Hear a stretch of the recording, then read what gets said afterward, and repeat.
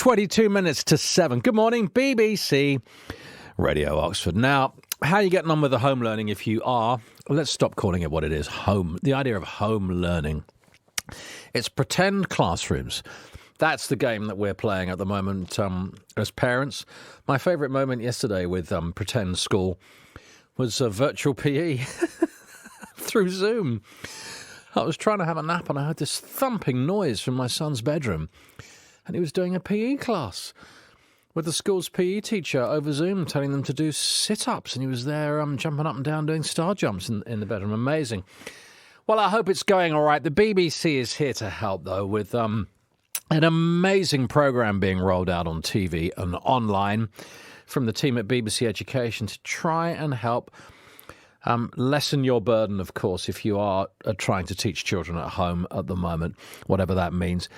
Kate Thistleton is from CBBC. She's presenting one of these programmes. Jerome spoke to her yesterday and asked how much advance notice she had about all of this. Yeah, I was just sort of sitting minding my own business yesterday, watching telly, to be honest, and all of a sudden my phone was pinging like mad and I was getting all these messages from people, and I obviously saw that this announcement had been made that we were going to be putting all of these shows on TV. I think it's brilliant. I sort of did expect when we heard that the kids were not going to be going back that, you know, the BBC would do something.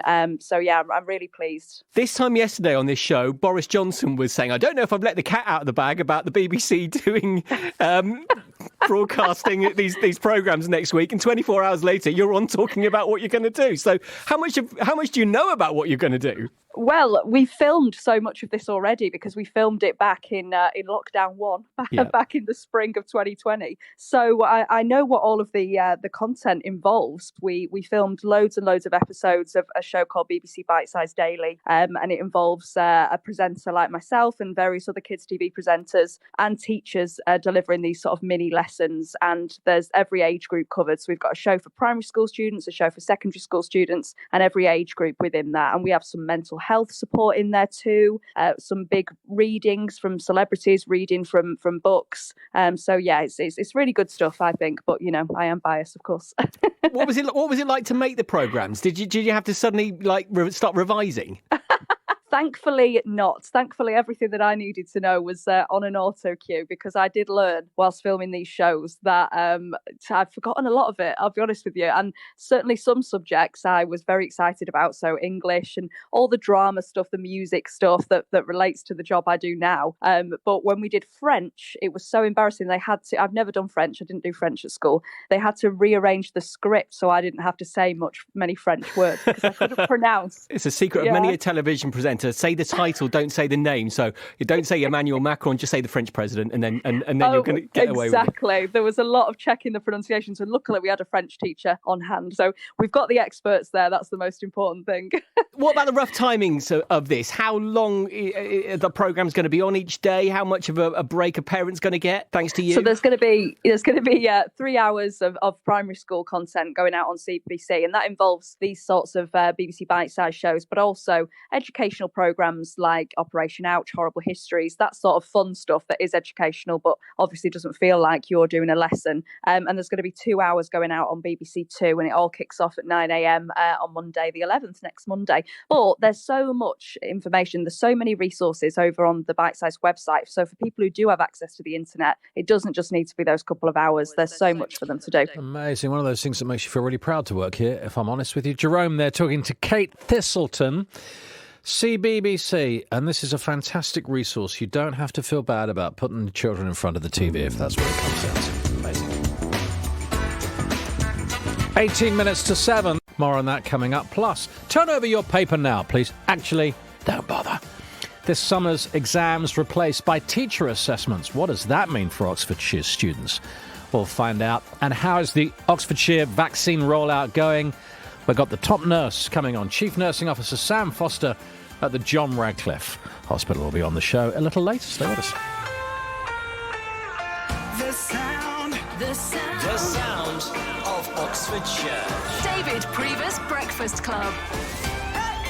BBC Radio Oxford. I was sent 2 pictures yesterday by my friend Sophie of all that was going on at Sophie Law County Primary, and Yes. the first One picture, positive, one negative. one not so positive. One of a child looking very diligent, headphones on, staring into a laptop, looking like, frankly, like an Oxford student. And then 5 minutes later, a picture of somebody asleep on a table.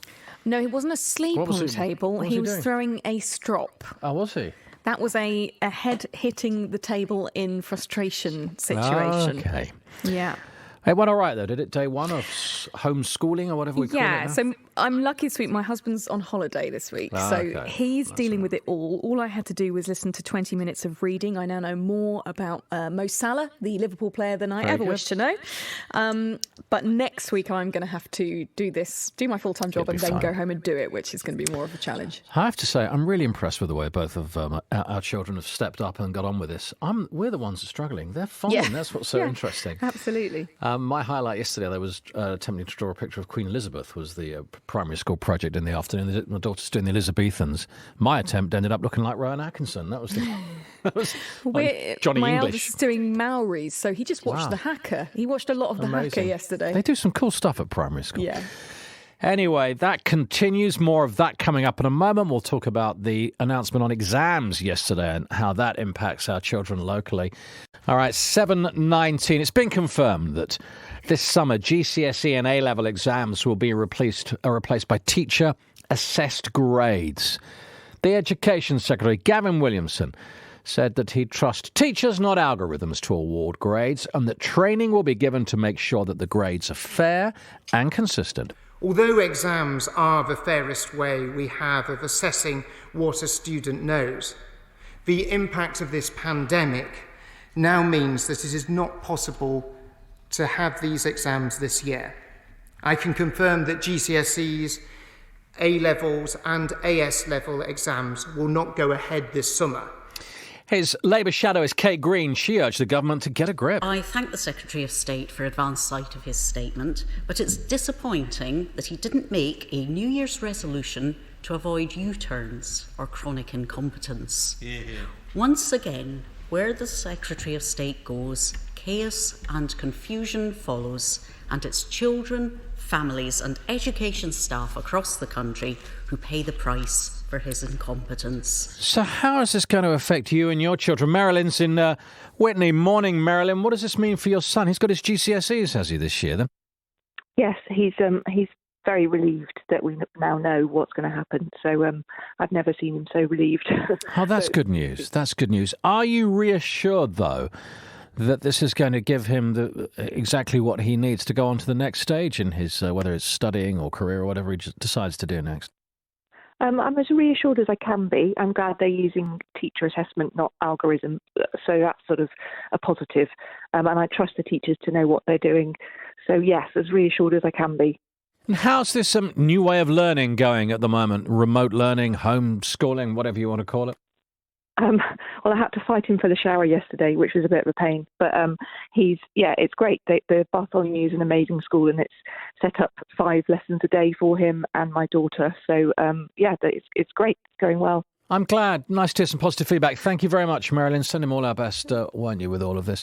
The Education Secretary has also announced, and we talked a lot about this yesterday, that the government's purchased more than 1 million laptops and tablets. And thank you, by the way, if you followed up or responded to our request yesterday to the please. If you've got an old laptop lying around, whether you're in business or at home, that you can donate to a family in need.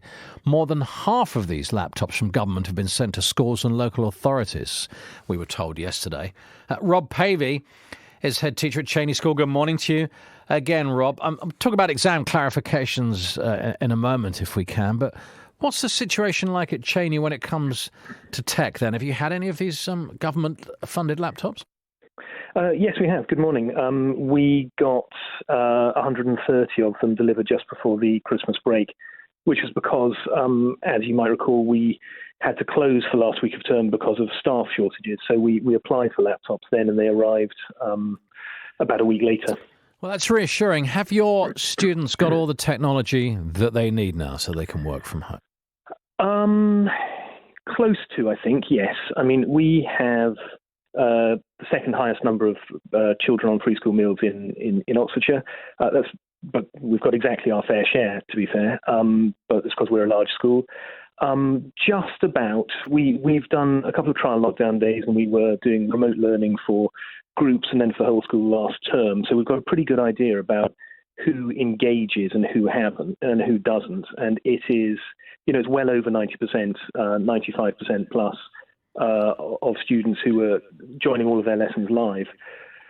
So, and we're following up with the ones who aren't to see if there's a reason, whether it's they don't have the right tech or whether they just didn't get out of bed. I like that possibility as well. On the subject of teacher assessments, then, it's another day, another challenge for you and your colleagues. How did you react to that news yesterday? Well, like Merilyn said, well, thank God, we actually have some clarity. We know what we're doing for the next 6 weeks. No one wants to close schools, teachers least of all, and no doubt parents don't want them closed either. But at least we know what we're doing. So we've got 6 weeks where we can focus entirely on, doing the best teaching and learning we possibly can online. And the pastoral teams are following up with vulnerable children and making sure the kids actually go to lessons. And we have had this announcement in good time so that we can do what we need to do to get the grades right for the summer. I was anticipating this. I thought there was a high chance that the exams are going to be cancelled. But I'm afraid I was anticipating it being announced in April, which would have been a nightmare. I bet. And BTECs are still taking place, aren't they? You've had BTECs exams, at the school this week. How's that going, and how's that even working? Yes, we had a Year 13 Sport BTEC exam yesterday in school. For us, it's not a problem, but that's because our BTEC classes are small.